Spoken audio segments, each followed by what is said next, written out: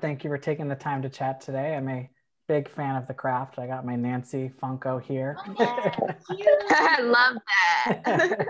But I really enjoyed this film. I just want to just go right into it. You know, with any sequel, especially this long after the original, the main question is always why now?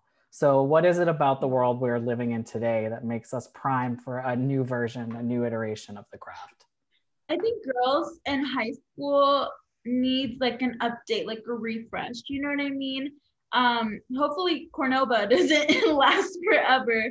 But I think that it's definitely time to kind of show a different story arc of how teen girls can relate to each other or make friendship with each other. You know what I mean? And I feel like it's just important for young girls to see that not every high school movie is about girl on girl this, boy on boy this, and like, oh, you know what I mean? Like, I think it's time for an updo on the usual high school movie.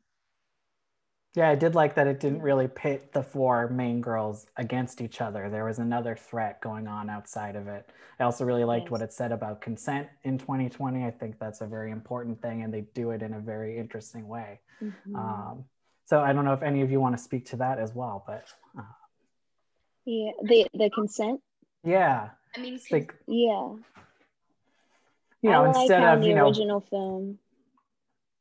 Yeah, I like how in the original film they opened up that discussion to be had with the main character in that scene, and there was like a lot that needed to be digested and thought through, and I feel like they left that kind of an open question. Yeah. I felt like today, now that we have so much more information about situations like that happen like that, it is more so like yes means yes. Like there's even parts in the school scene like where you're being taught like sex education, so it's like we have a little bit more awareness now, and how does that look like with teenage kids trying to move forward in their lives? So I love how that authentically played out. Yeah. And now I know when I saw the first movie back in the day, because I was a teenager then, I think I even felt like I had some powers after watching it. I think, you watch Pen 15 now, they do a whole episode about that as well. But I was wondering, while you're filming this movie, do you kind of feel like you are powerful? Oh, girl, I know I'm powerful. I've been powerful. And also it's because I'm a witch, and like I feel like a lot of people don't really understand that witchcraft is honestly like very a mental thing. And not like that, like it's not like Loonigan mental, but no. Like positive affirmation, training your brain to think differently and speak differently to yourself.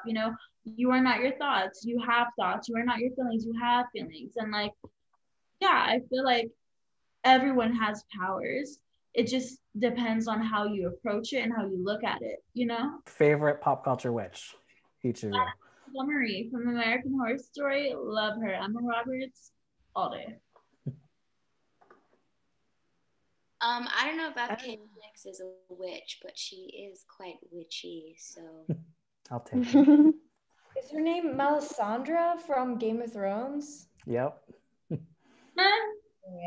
I'm gonna say Angela Bassett from American Horror Story. Yep, can't go wrong there either. Thank you all. Happy Halloween and have a good one. Thank you. Brian. It's a pleasure. Bye. Thank you so much, Brian.